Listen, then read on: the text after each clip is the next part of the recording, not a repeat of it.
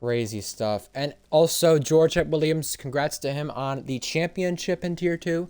He really pulled off something magical that we've never seen in this tier. The championship he had been fighting so hard from in seasons prior. Season 9, Season 10, 2 seasons he could have had a championship and it was denied. Today, he is the now reigning Tier 2 champion. And you can ask him if he wants an interview. Just let me know what he says. But the largest comeback in Tier 2 history has been pulled off, but at the expense of him not winning the race. He'll be at least happy that he has the championship, but I'm sure he would have wanted one last victory in the season to pull it off. That was great stuff to see. Great stuff.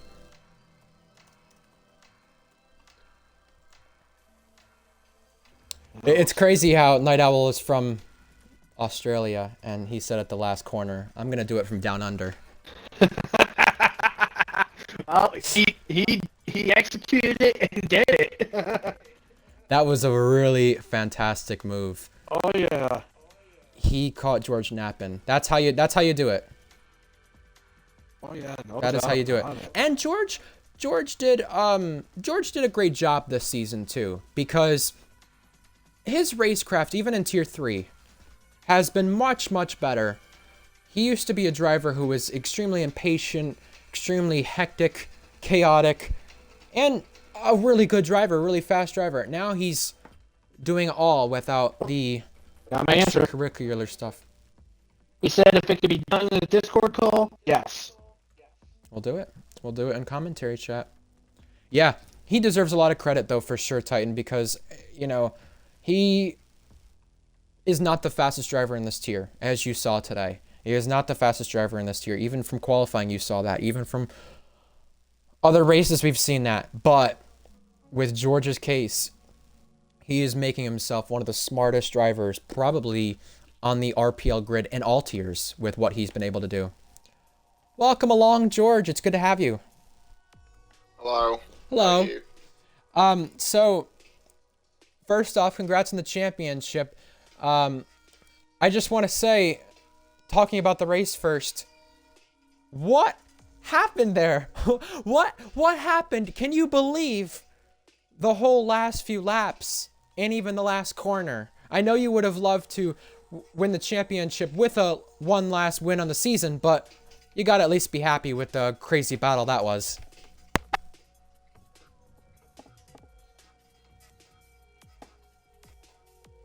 George? Did we lose him? I think you might have lost him. He's still on the call. Do you not like the question? I don't know. I think I'm checking what F1 Short said. I think Hello? that hello, I hear you now. I think with what F1 Short said, it all I'm good. disconnected. Gotcha. With what F1 Short said, Titan, he said top 10 closest finishes. It's top 10 for Tier 2, but it's not top 10 overall. So, George, I was just going to say, I know you would have loved to end the season with already winning the championship with one last victory, but can you believe the whole last corner, even last few laps that had transpired? Yeah, I mean, everything was pretty, like, rudimentary and normal, and then just got absolutely, my trousers pulled down by, Night Owl. It was a good move, to be fair. I thought I had it covered, and somehow he got it stopped, and I just couldn't get the traction on the exit to try and beat him to the line, so, I mean, deep down I'm really angry about it, because, yeah, as you said, I would have liked to have won the race, and thought my move on the last lap was enough to, like, seal that. But I mean, yeah, fair play to him. It was a really good move. Is that his first race in the first win in Tier 2? I think it is. Yes, so, it is. Yeah, I mean, it's Yes, it a great is. way for him to do it. So I have to ask, of course, you came into this tier again 2 seasons after Titan has to go, so he won't be able to ask you any questions. So I was just gonna say, you came. Have a good one, Titan. By the way, you came in to this tier 2 seasons after your season ban that you had for a little bit, and came into this season late. It must be said, you started from nothing. You started from scratch, as they would say. 58 points behind, and you've now pulled off the largest comeback in RPL F1 car history and RPL Tier 2 history. I mean, what do you have to say about what you've been able to do this season? You really, as you even said it yourself, you know it too. You're not one of the fastest drivers in this tier, but you've become one of the smartest. What would you have to say based on the season and everything that has gone on? I mean, yeah, I'd say I think a lot of people would agree with me. It's not really more that I've won the title, it's just that other people have lost it, and I think it was the same with my Tier 3 one as well, is that I wasn't the fastest in Tier 3 either, but I just didn't get involved in incidents and kept my car on the road and didn't get penalties or whatever. And we've seen it this season where, like Red, for example, had a lot of penalties, a lot of big penalties as well, a lot of like 10 seconds and stuff, which is obviously how he amended enough penalty points to get that race ban, which meant he couldn't race tonight. So I think that was, again, it's the main reason why I won the championship, I'd say, is that just simply down to like just being a smarter, I guess. Well, not necessarily smarter, but just not rushing anything and just, I guess, the experience maybe. But I mean, yeah, I think I'd say I pride myself on my racecraft, and I think Night Owl has just proven that there's still a lot to work on, and that it's not quite perfect yet, or far from it. I have to ask, with Tier 3 and everything that happened there, some said you probably didn't deserve that title, some said you shouldn't have been in the tier. This had been the tier you'd been working most hardest to get a title in, and you've finally done it. What must be said about your progression through Tier 2 during the whole last 9 seasons and more, and everything that has gone on in the meantime to get to this point, to finally win the title you've been hardest working for in RPL? Yeah, I mean, yeah, it has been the title I've wanted to win for, back in the day, like on F1 21 when I first got promoted to the Red Bull. It's definitely been the goal for a while. I guess it's there's a lot of talk around the standards of Tier 2 have dropped a little bit, so I guess it's like no matter what I win or who I beat, there's always going to be criticism saying that it's a farmers championship now or whatever. But I mean, yeah, I'm still happy to finally win the championship and to do it in 6 races as well. I don't know if anybody's done that before either. But yeah, I think I'd say it's been a pretty good season. I'm really happy with how it's gone anyway. And I think I've had decent competition. I mean, like Red Fire, really, yeah, he's been I know I mentioned he's got a few penalties, but every time me and him race wheel to wheel or we're fighting, it was always clean and respectful, for the most part.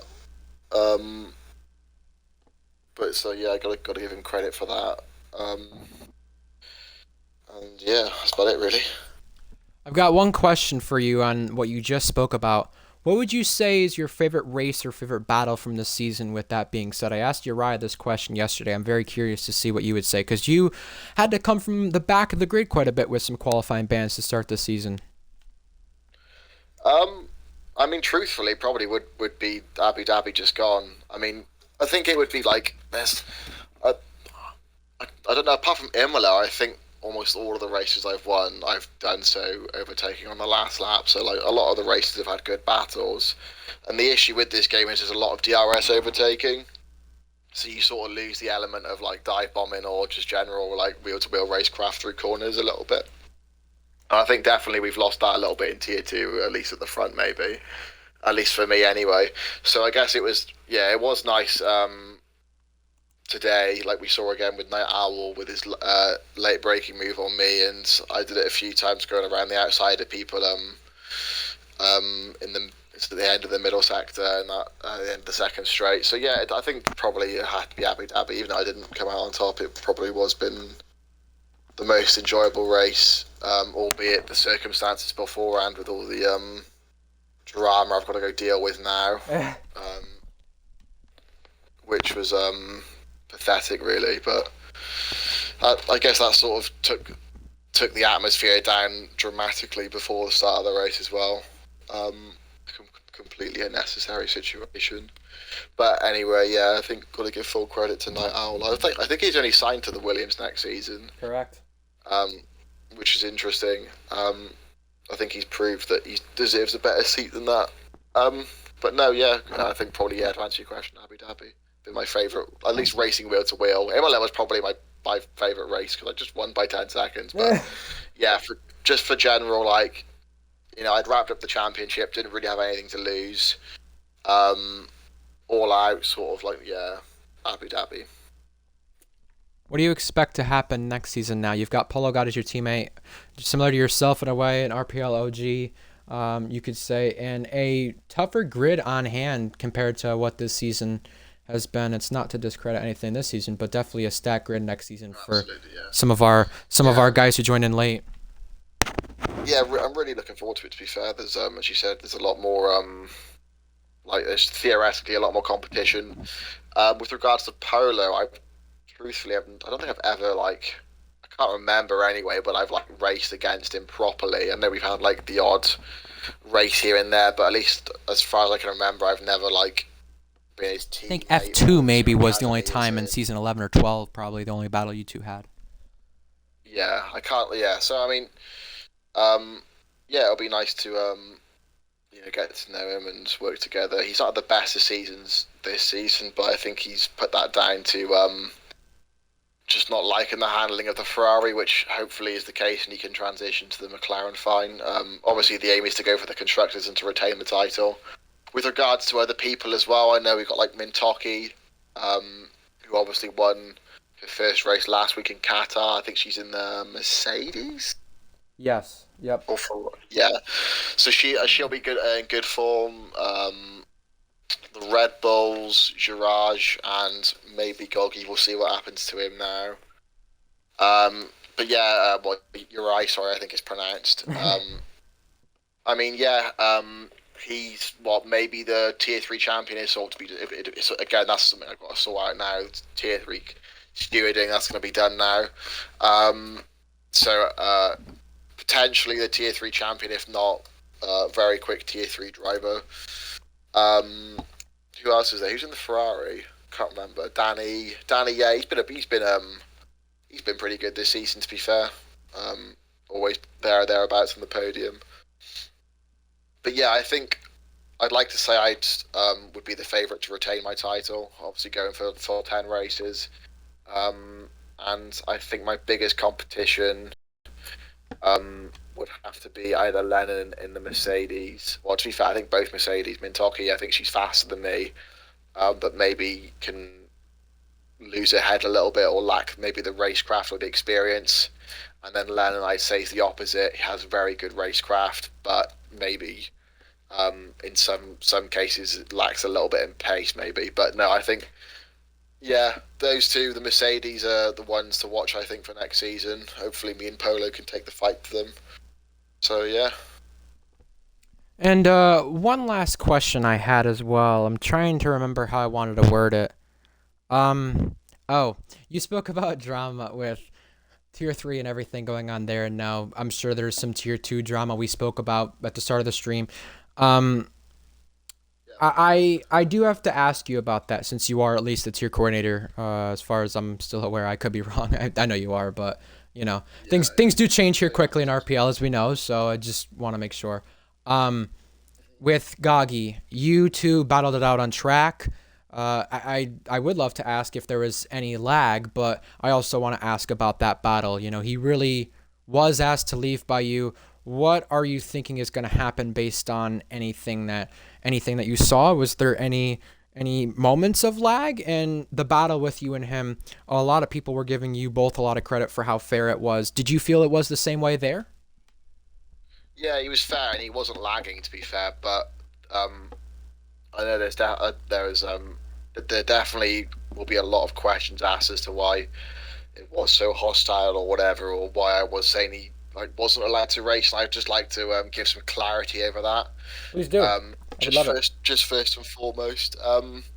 So there's like a general rule basically in RPL. I'm not sure if it's like a written rule, but either way, Goggy was has been banned from racing. He was last week banned from racing due to his connection because he had tier 2 last week. He retired on track within the first sector of the first lap, and then the same in both the F2 races because of his bad Wi-Fi. So he was banned from racing, which he was told on the Monday, I believe. I might be wrong.